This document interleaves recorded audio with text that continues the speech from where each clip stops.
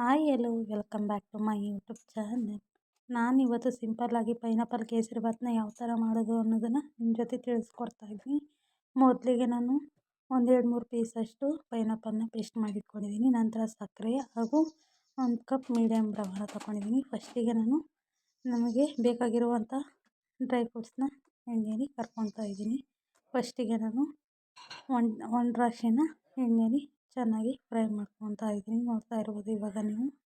ಎಣ್ಣೆ ಕಾದ ನಂತರ ನಾನು ಫಸ್ಟಿಗೆ ದ್ರಾಕ್ಷಿನ ಫ್ರೈ ಮಾಡ್ಕೊತಾ ಇದ್ದೀನಿ. ಒಂದು ದ್ರಾಕ್ಷಿನ ನಂತರ 4 ಮೊಗ್ಗು ಹಾಗೂ 4 ಗೋಡಂಬಿನ ಚೆನ್ನಾಗಿ ಎಣ್ಣೆಯಲ್ಲಿ ಫ್ರೈ ಮಾಡ್ಕೊತಾ ಇದ್ದೀನಿ. ಅದಾದ ನಂತರ ನಾನು ಇದನ್ನು ಚೆನ್ನಾಗಿ ಎಣ್ಣೆಯಲ್ಲಿ ಫ್ರೈ ಆದ ನಂತರ ನಾನು ಯಾವುದೇ ತರಹ ತುಪ್ಪನ ಹಾಕಿ ಫ್ರೈ ಮಾಡ್ಕೊತಾ ಇಲ್ಲ, ಮಾಮೂಲಿ ಸನ್ಫ್ಲವರಲ್ಲೇ ಮಾಡ್ಕೊತಾ ಇದ್ದೀನಿ. ನಂತರ ನಾನೇನು ಎಣ್ಣೆ ಹಾಕ್ಕೊಂಡಿದ್ದೆ ಅದಕ್ಕೆ ನಾನೇನು ತಗೊಂಡಿದ್ದೆ 1 ಕಪ್ ಆಗೋಷ್ಟು ರವೆನ ಹಾಕ್ಕೊಂಡು ಚೆನ್ನಾಗಿ ಹಸಿ ವಾಸನೆ ಹೋಗೋ ತನಕ ಚೆನ್ನಾಗಿ ಎಣ್ಣೆಯಲ್ಲಿ ಫ್ರೈ ಮಾಡ್ಕೊತಾ ಇದ್ದೀನಿ. ನೋಡ್ತಾ ಇರ್ಬೋದು ನೀವೀಗ. ಮೀಡಿಯಮ್ ಫ್ಲೇಮಲ್ಲಿ ಇಟ್ಕೊಂಡು ನಾನು ಚೆನ್ನಾಗಿ ಎಣ್ಣೆಯಲ್ಲಿ ರವೆನ ಫ್ರೈ ಮಾಡ್ಕೊತಾ ಇದ್ದೀನಿ. ನಂತರ ನಾನು ಏನು ಕಪ್ಪಲ್ಲಿ ರವೆನ ತಗೊಂಡಿದ್ದೆ ಆ ಕಪ್ನ ಅಳತೆಯಲ್ಲೇ ನಾನು ಸಕ್ಕರೆನ ಸೇರಿಸ್ಕೊತೀನಿ. ನೋಡ್ತಾ ಇರ್ಬೋದು ಚೆನ್ನಾಗಿ ಎಣ್ಣೆಯಲ್ಲಿ ಫ್ರೈ ಮಾಡ್ಕೊತಾ ಇದ್ದೀನಿ. ಇವಾಗ ನಾನು ಇದನ್ನು ಫ್ರೈ ಮಾಡಿದ ನಂತರ ನಾನು ಅದೇನು ತಗೊಂಡಿದ್ದೆ ಆ ರವೆನ ಆ ಕಪ್ಪಲ್ಲೇ ಅದೇ ಸೈಜ್ ಇದರಲ್ಲೇ ಸಕ್ಕರೆನ ಸೇರಿಸ್ಕೊತಾ ಇದ್ದೀನಿ.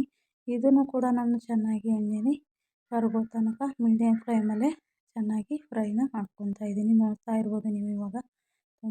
ತುಂಬಾ ಚೆನ್ನಾಗಿ ಬರ್ತಾಯಿದೆ.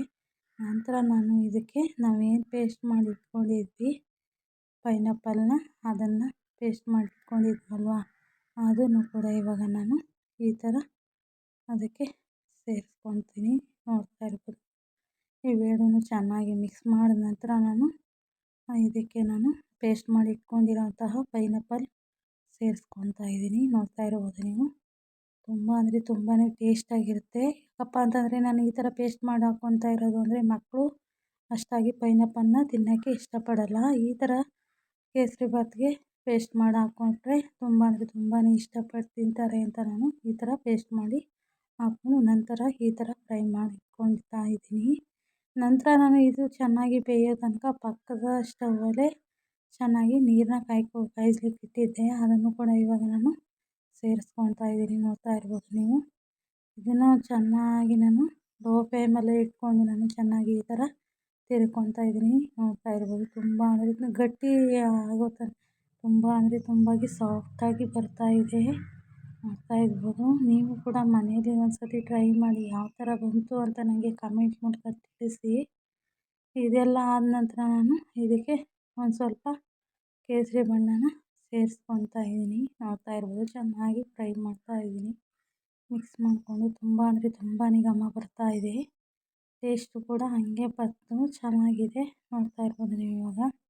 ಈ ಥರ ಚೆನ್ನಾಗಿ ತಿರ್ಕೊತಾ ಇದ್ದೀನಿ. ನಂತರ ನಾನು ಇದಕ್ಕೆ ಒಂದು ಸ್ವಲ್ಪ ಕೇಸರಿ ಬಣ್ಣನ ಹಾಕ್ಕೊತಾ ಇದ್ದೀನಿ.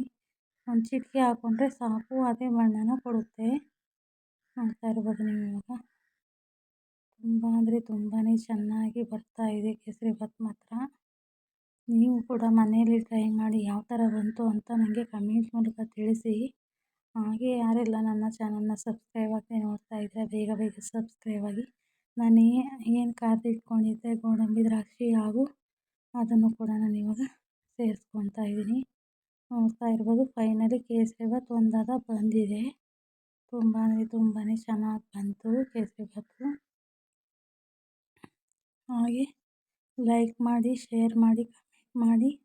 ತಪ್ಪದೆ ನನ್ನ ವೀಡಿಯೋನ ಫಸ್ಟಿಂದ ಲಾಸ್ಟ್ವರೆಗೂ ನೋಡಿ. ಫೈನಲಿ ಕೇಸರಿ ಭಾತ್ ರೆಡಿಯಾಗಿದೆ. ಇದನ್ನು ನಾನು ಸರ್ವ್ ಮಾಡಿ ನಿಮಗೆ ತೋರಿಸ್ತೀನಿ ಯಾವ ಥರ ಬಂದಿದೆ ಅಂತ. Thank you for watching.